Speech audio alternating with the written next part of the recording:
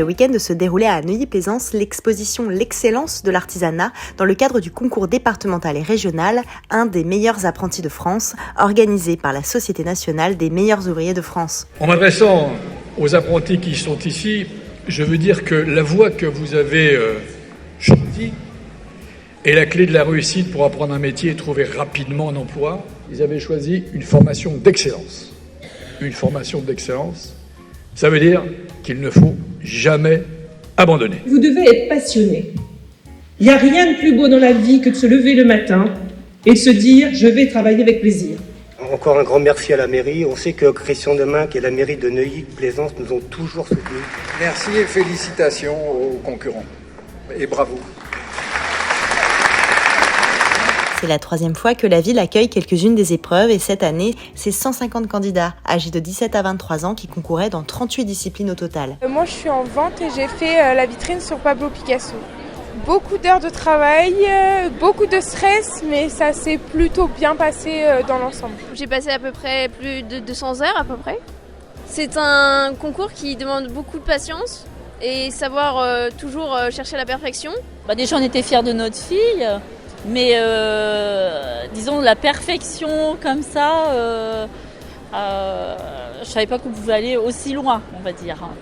Passionnés, ces apprentis ont pu exposer leurs créations, travailler en amont pour la plupart. Les fleuristes, les électriciens et les merchandisers visuels devaient eux affronter une épreuve supplémentaire, celle de travailler leur réalisation en direct sur le lieu du concours. C'est surtout des heures de structure, de montage et tout ça qu'on a fait et là on est venu principalement aujourd'hui pour fleurir nos 3 structures tous les 6.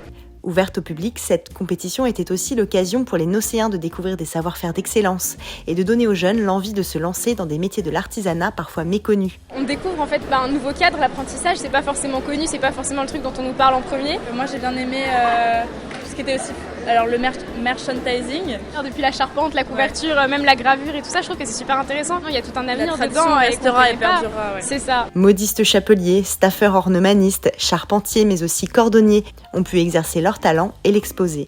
C'est une expérience enrichissante parce que nous on a l'occasion de faire des choses qu'on n'a pas forcément l'occasion de faire en boutique. Puis c'est toujours gratifiant de voir du monde qui est intéressé par notre métier et puis c'est valorisant, ça fait plaisir. Une journée riche en émotions pour certains qui ont pu obtenir des doubles médailles de niveau départemental et régional. Ceux pour qui l'or a brillé ont d'ailleurs pu obtenir leur billet pour la suite du concours qui se déroulera à Nice à la fin du mois de juin. Moi j'ai été double médaillée d'or, voilà. Et c'était très bien, j'en suis très contente. Là j'ai obtenu 2 médailles d'argent, départementale et régionale. Voilà.